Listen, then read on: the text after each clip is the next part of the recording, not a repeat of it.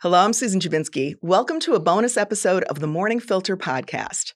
Now, as our regular viewers and listeners know, we're doing some bonus episodes of the podcast, sitting down with various Morningstar experts to discuss topics that you've told us you want to hear more about.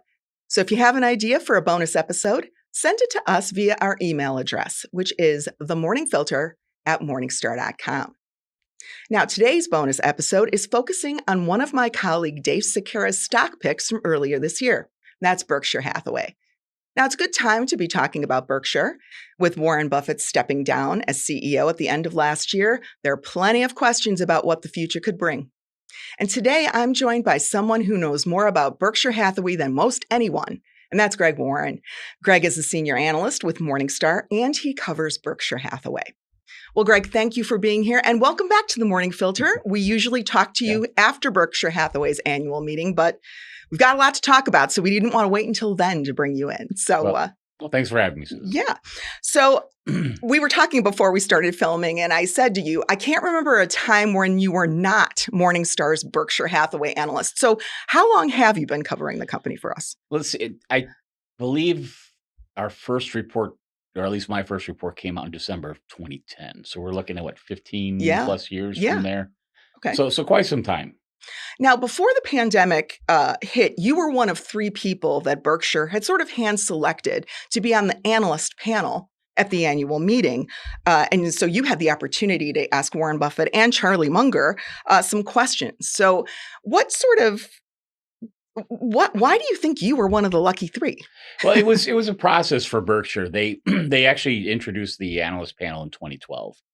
They already had a journalist panel in place, but they wanted to bring some analysts in. I think the key for Buffett was he was trying to get more company-specific questions into the mix, because the Q&A up until then had been really shareholder-driven, and it could veer off topic a lot. Sure. So from that perspective, that was his goal. Unfortunately, that first year, they brought in 3 sell-side insurance analysts, and they really got into the weeds. Yeah. And it really, a lot of complaints from shareholders. It was nitpicky, really sort of, things that weren't really sort of where Buffett had hoped to go with the conversation. So the second year, he brought in a buy-side analyst.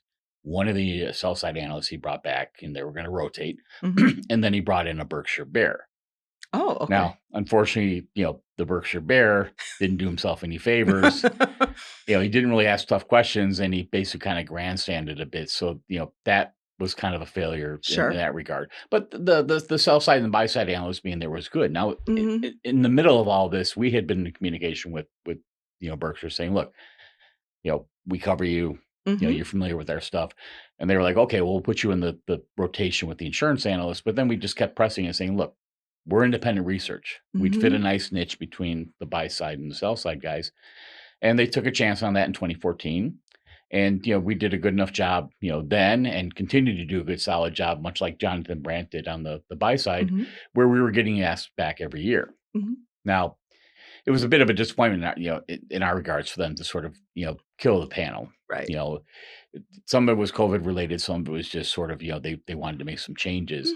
But as I look at it now, they no longer have the analyst panel. They no longer even have a journalist panel. So it's almost like the value of the question and answer session is, in my view, sort of gone down a bit.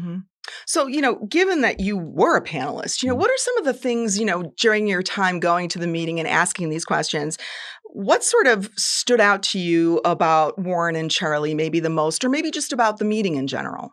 Well, we were always trying to avoid getting peanut brittle thrown at us from Charlie.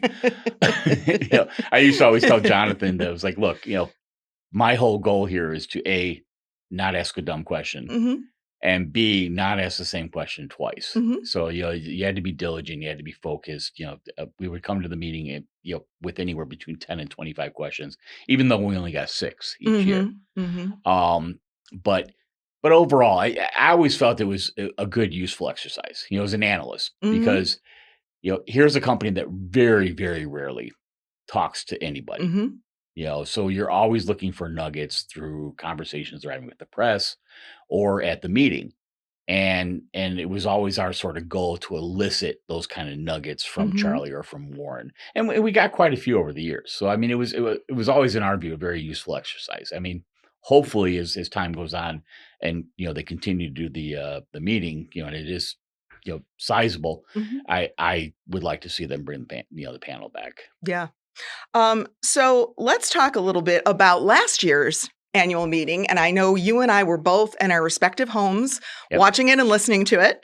And, Warren sort of dropped the big news right at the end of the meeting in May 2025 that he was going to retire Right. at the end of 2025. So were you surprised?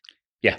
Yeah. I think shocked would probably be more. I mean, everybody I talked to were there, and everybody who was watching that, I communicated with, they were all sort of the same thing. We did not expect this. Hmm. And he kept it pretty tight to the vest, which, Yeah. is impressive.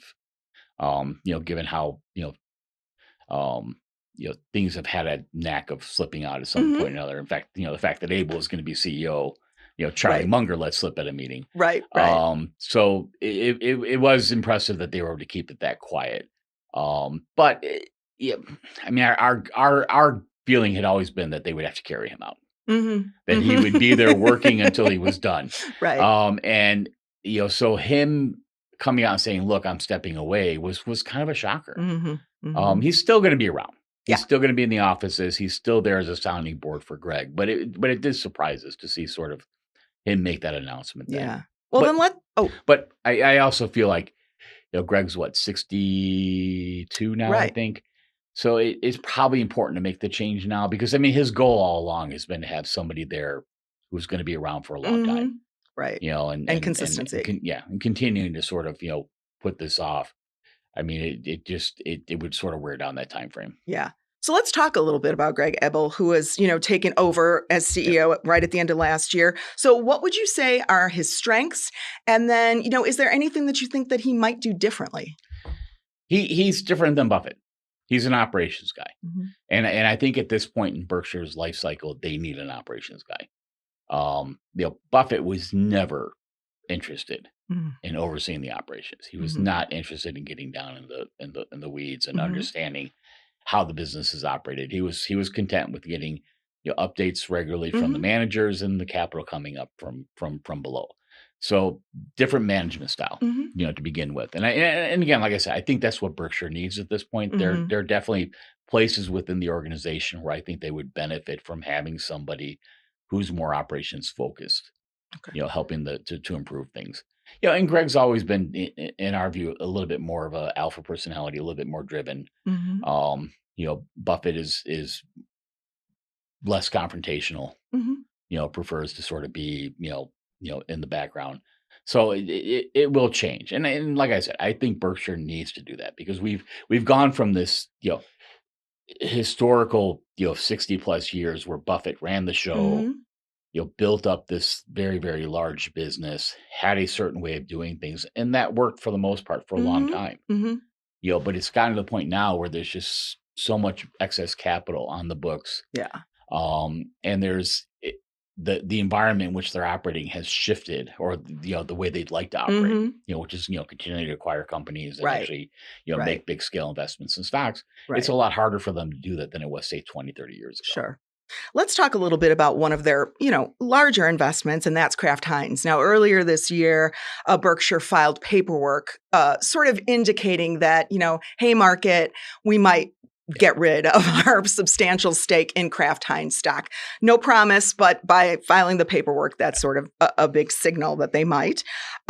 So before we talk a little bit about what might happen with that, give us a brief reminder about, first of all, how big that Kraft Heinz stake is and how Berkshire first got involved with Kraft Heinz. Yeah, it's still about 28% of the equity. So that's how much they own. Yeah. And Berkshire came by that by, originally back in 2013, they joined up with 3G Capital and bought out Heinz Heinz Foods, which Mhm. which was standalone at that point. Um, and their initial stake included, preferred Mhm. stock plus cash for the equity. Um, in 2015, 3G engineered the merger with Kraft Foods, which gave us the Kraft Heinz business. And Yeah, it seemed like everything was all right. Berkshire did have to sort of give up the preferred stock within Hmm. a few years. That was a nice 9% yield on that, which is disappointing to sort of give up. So everything's been on the stock since then. Hmm. You know, unfortunately, 3G's way of running businesses sometimes can starve them for resources. Mm. And they did a great job of sort of improving the margins, but at the same time they cut so much to the bone Hmm.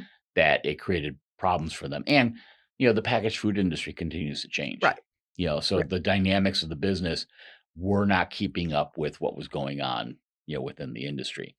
Um, and it's even though last year, him and Abel were quite vocal about some of the Yeah. changes Kraft was proposing, it wasn't the first time.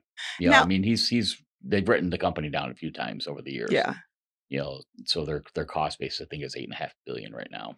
So now, to your point, both Buffett and Abel were in the media, last year saying, they were dissatisfied with that Yeah. investment and how it had turned out.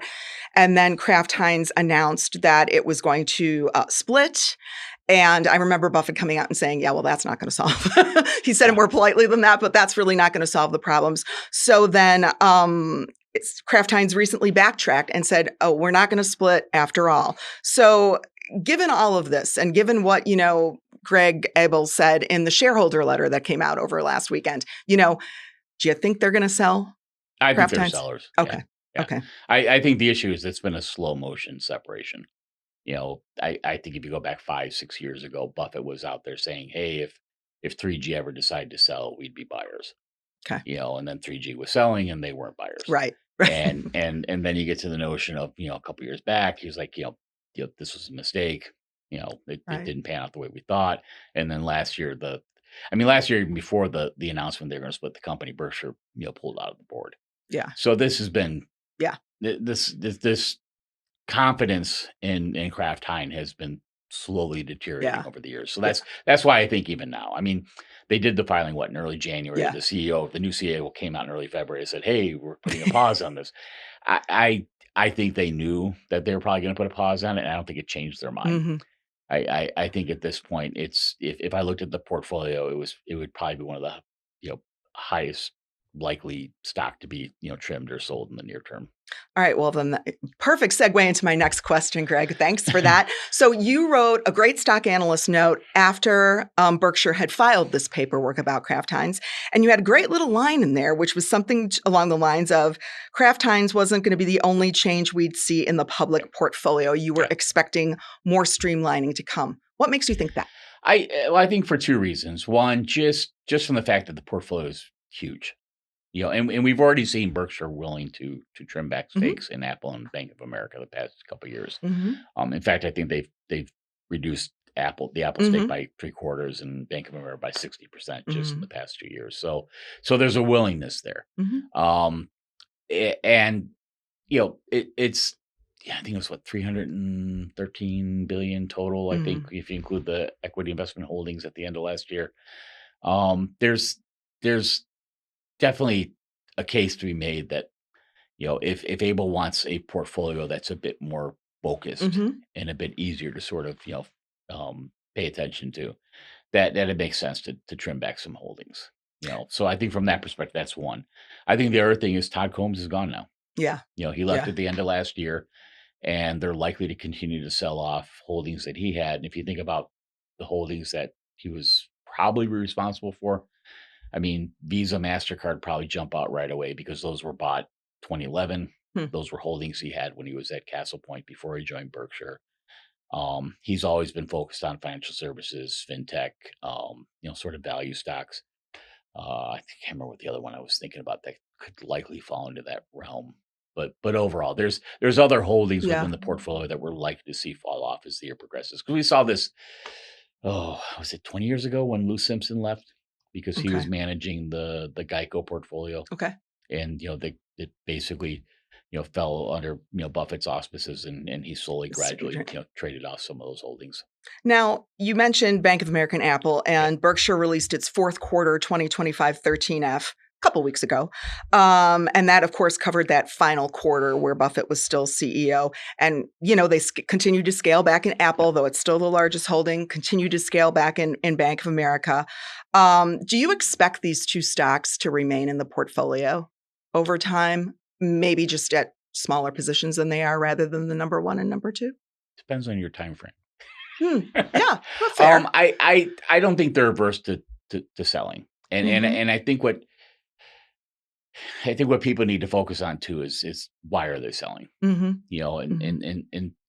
in my view, yes, it's building up cash that's going to a big reserve that Greg can use, sort of a break of glass in case of emergency, big fund. Right. Right. I've always felt that way. I always felt the buildup in the cash on the balance sheet was to give him a lot more flexibility. But I think there's also some tax considerations going on here.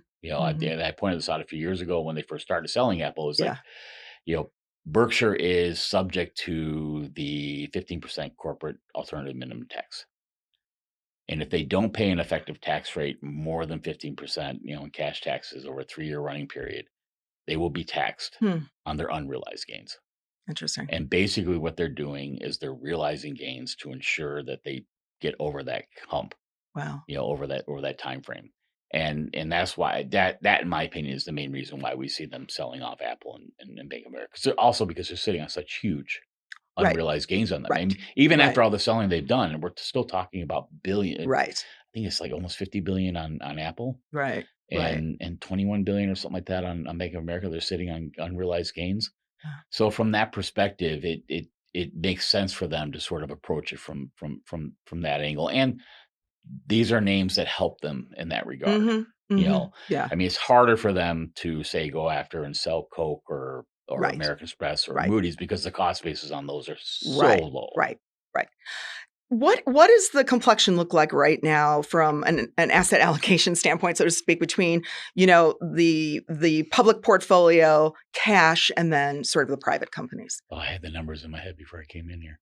I think cash and T-bills right now, so basically cash equivalents, is about 373 billion. Okay. The investment portfolio, I think we said, was at 320 billion. Okay. In that realm, the equity. Okay. And then the bonds are de minimis. They're like $18 billion. Right.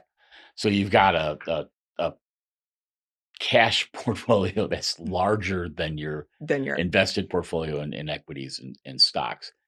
And I think all in I think it was like 705 billion. Okay. I think at the number I had in my head. So that's all liquid assets that are available to them.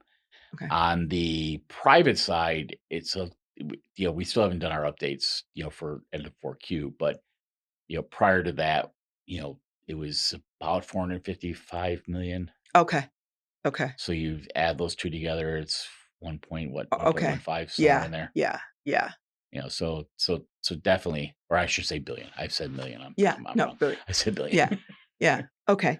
So then let's talk a little bit about sort of the private company stake, which, we don't talk quite as much about. Do you expect changes there with Greg Abel in charge? I guess those would be harder changes to make in general because they own the companies outright. Yeah. But I mean, we expect to see changes. I mean, like, even though he didn't say it in the letter, BNSF has to adopt precision schedule.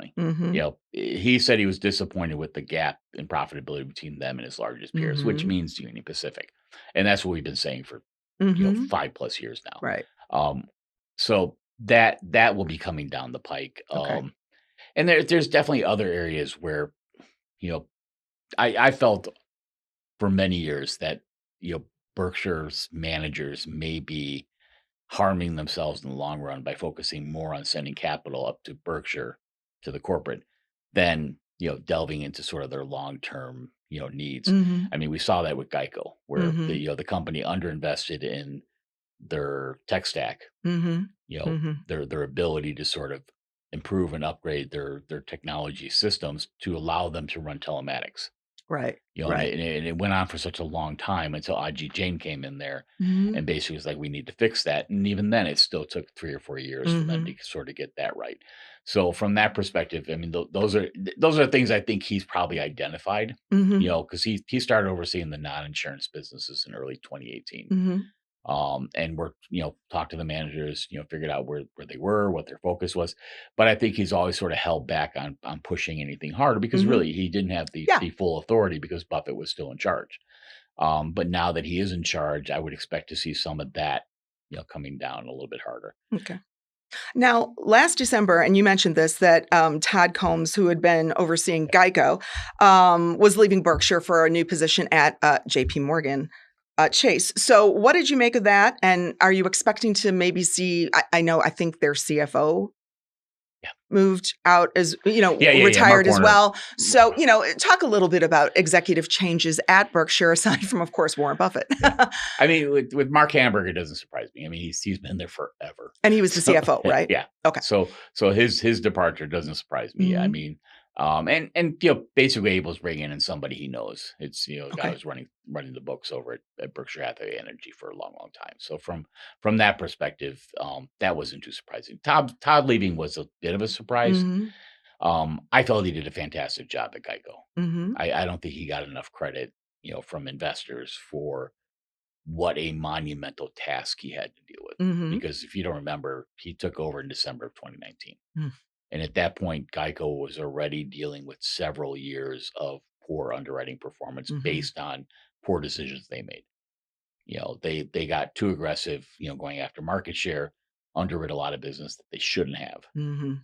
And, it basically hurt them, on the Mhm. loss ratio front for many years. And, so when he came in, he was going to target that. And then lo and behold, COVID hit. Right. And the Right. whole U.S. auto insurance Right. market got turned on its head for a Right. number of years. I mean, we're only really now sort of getting Mhm. back to sort of normalized results. Yeah.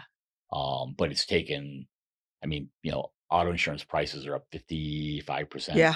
in the past Yeah, I since the know. end of 2019. Yeah. So from that perspective, I mean, it's, they had to do that because, the cost of replacement vehicles, the Right. cost of replacement parts, Right. even the amount of incidences, amount of accidents, the severity of accidents and stuff like that, what spiked Right. for a number of years. I mean, some of Right. that's starting to come down, Right. but the inflation's still there. I mean, the Right. inflation didn't go away. Right. So we'll have to see how things pan out from here. I mean, Mhm. it would be nice to have him sort of in the helm because we're looking at probably a multi-year sort of declining price environment, Mhm. for this because the state regulators at this point, Yeah. are starting to look at the profitability of the industry and they're calling Right. for pricing to come down. Right. So from that perspective, it'd be interesting to see what happens. But I mean, he hadn't been as focused on the investment Mhm. portfolio in that Right. time, Right. and he got he's been sitting on the board at JP Morgan for a number of years. He's very close with Jamie Dimon. So he got an offer that he just Yeah. couldn't refuse. I Yeah. mean, it's a good opportunity for him. So I understand why, but Mhm. at the same time, I think it's just one less good advisor that able to have Okay. around to help him over the long Fair. run. Fair. Yeah. All right, let's talk a little bit about the cash hoard that seems to be growing every time we get a new earnings report or 13F to look at. Now, of course, Berkshire hasn't bagged a big Yeah. private deal in a long time. What do you think of that? Like, would you expect there to be more private deals with Greg Abel in charge? I mean, or has it just been? Do you think he's going to be? I hate to say it this way, but like less picky than Warren Buffett would have been. Like, It's what could be a catalyst here for Yeah, that? Berkshire's had a tough time the past 10 to 15 years. Mainly because Buffett has had a very sort of strict um discipline Hmm. and criteria when it comes to doing acquisitions. And his modus operandi always has been, he puts a price on the table. That's it. Yeah. He doesn't renegotiate, he doesn't, rework it or anything else. And that's cost them some deals over the years. Yeah. And the problem is in that time frame, from the financial crisis till now, um, private equity, private capital has raised tons and tons and tons of money. And when you're dealing with those guys who don't have a problem pushing the envelope when it comes to price and deals and stuff like that. It just gets harder to sort of, get anything done. Mhm. Now they've managed to do some things over time. I mean, Allegheny, in my opinion, Mhm. was a good deal. Mhm. The Oxycom deal looks like it was a pretty good deal last year. Um, you know, Precision Cast Parts, not so much. Mhm. So, I mean, I think from that perspective, we'll have to see what happens. But I was a little disappointed with the letter in the fact that he dismissed one deal that would basically knock a big chunk of cash off the books. Yeah, let's talk about that Yeah. shareholder letter. So that came out over the weekend. I read it. Of course, you read it and wrote about it. And it was a very different letter than the letters we would get from Warren Buffett every year. So talk about it. Well, all I can say is 18 pages. It was a lot to sift through. I feel like he did a good job from the outset of explaining Berkshire. Mhm. What has made it successful, what the core priorities, the core values, the culture, the things that they should be focusing on. Mhm. Capital allocation decisions, risk management, operational excellence. A lot of things that you know i- in a way looking to sort of just placate investors and say, look, Mhm. I understand this business. I know what needs to be done. And I think he needed to do that. Mhm. But there were some areas where I was like, oh, I wish you hadn't committed yourself that one way or another. Mhm. One of them is basically saying we're not interested in buying, another class one railroad, which, I think is, boxing yourself in the corner a bit because in our view, they need to. Hmm. If Union Interesting. Pacific and Norfolk Southern get together and have one huge transcontinental railroad, they'll be able to bypass Chicago. They'll be able to bypass Houston. They'll be able to offer better service to customers shipping stuff out of the West Coast ports and vice versa. And BNSF will be at a disadvantage. Mhm. And Mhm. I think that they should be looking harder at CSX. I mean, yeah, granted, it's probably going to cost them $90 billion, Mhm. to acquire it, if not a little bit more. Um, but it would reduce the cash Right. on the balance sheet, would help them in that regard, and B would ensure that they weren't going to fall behind significantly, relative to Union Pacific. So I was a little disappointed with Yeah. that. The other thing is the idea of a dividend. Yeah, You I know, wanted to talk about that because, boy, wouldn't a dividend help reduce the cash? And that was something, that, you and I have talked about in the past is something that you, not just you, but like a lot of people thought would be more likely once Yeah. Buffett wasn't CEO because he was always very opposed to paying a dividend. And Greg Abel came out in that shareholder letter and basically said, don't hold your breath. There won't be a dividend anytime soon. Yeah, I think my comments were, he just basically threw a dividend off the table. Yeah. Yeah. But I don't know. I mean, I think Warren's reason for not giving a dividend for all those years was, look, we can earn more with the retained capital Right. that our shareholders can. And for a long time, that was true. Yeah. Past 15 plus years, I wouldn't say that, Mhm. and I think that what kept him from ultimately changing his mind and actually initiating one was that basically he wanted to leave that for the next guys. Yeah. He didn't want to take a tool out of the toolbox Mhm. that they could have if they needed to, basically keep shareholders in place. Mhm. Um, that said, you know, initiating dividend commits you, Yes. Yeah. and you have to keep paying it, Yeah. on a regular basis if that's what you do. Yes, you could do a special dividend. That is an option, but then you leave shareholders wondering, well, when's the next one? Well, if you gave me Mhm. this because you said you had too much excess capital, and now you have more capital than you did before, it just it creates a lot of other issues. So, you know, it's fair to say that he's going to sit on it for now, Mhm. but it seemed a bit more dismissive than it needed to be, Got it. sort of in its verbiage. And and that's what I said. I mean, it it seemed like he was spent more time focusing on towing the company line, Mhm. as far as what Berkshire has done Mhm. historically, than maybe sort of carving out, Yeah. this is what I would potentially look at down the road. And as you pointed out, maybe that's something that it's appropriate for him to be doing And it's right appropriate now in a way. right now, but it's Yeah. also easier Yeah. Yeah. because True. Berkshire's not struggling. Right. Right. And basically, I'm not sure where David was when he was recommending earlier this year, but Berkshire's a safe haven stock. Yes. Yes. And when the markets go into the crappers, I mean, basically it's a good defensive stocks that people like to have, and having 373 billion in cash, Right. really helps. So, Right. so from those perspectives, I don't feel like he felt the need to do anything dramatic, but I would just be hopeful to hear things from him that would sort of indicate that, look, things are going to change. Yeah. Because Berkshire for a while now, we've been saying, has to evolve from being a reinvestment machine, which it was for a long time, to being a returning cash to shareholders machine, because basically it's kind of run its course. Yeah. Yeah. Now, talk a little bit about valuation in Berkshire today. You mentioned, Dave recommended Berkshire. It was in January at some point. So I think at that point it was slightly undervalued. How does it look today when we're taping this? It's still slightly undervalued. I think, based on today's prices, about 6% below our fair value estimate. I think we're 765 on the Class A's, and I think 510 on the B's. Okay.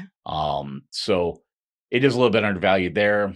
If you look at, price to book multiples, it's trading about 1.5 times last year's, which is about where it has historically. So it's not anything really to jump up and down about. Okay. I mean, it's a slight discount, but it's not a huge discount. But I think part of that too is just, sort of where we are in the cycle.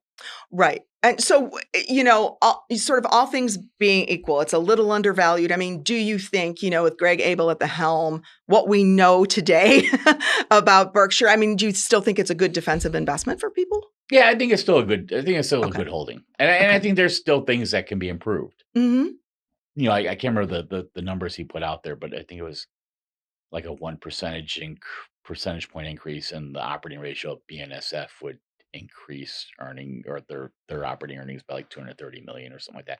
So I mean, there's definitely ways for them to sort of improve different parts of the business and everything else. And again, the way I look at it is he's now free to make changes that he might have been looking at when he was vice chairman, overseeing a lot of the stuff. I think IG Jane was probably in a better position than Abel was, because he took over the insurance operations at the same time in early 2018. But Jane basically went in there and started knocking some heads, and started pushing for change within a few of the insurance operations. But that's because he had 30 plus years running it, and he was Warren's trusted sort of insurance guru. So Warren was never going to contest. Nobody was ever going to go complain to Warren about something that Ajit was doing. Right. It was on the other side, even more. I mean, the cornucopia of companies that he was overseeing, and the amount of companies, and the relationships that had been built. Buffett buying these from family members and stuff like that. Right. I think that posed a different sort of scenario for Abel. But I think now, I mean, he's the guy. He's in charge, and Buffett's already said, look, you need something, you got to talk to him. Right. Well, Greg, thank you so much for your time. We could talk all day about Absolutely. Berkshire. Really appreciate seeing you. And we'll have you back sometime soon to talk about Berkshire. Thanks. So for those of you who'd like more information about Berkshire Hathaway, you can find links to some related content in our show notes. And of course, you can read Greg's full analysis of the company on Morningstar.com. I hope you'll join Dave Sekera and I every Monday for the Morning Filter podcast at 9 a.m. Eastern, 8 a.m. Central. Happy investing.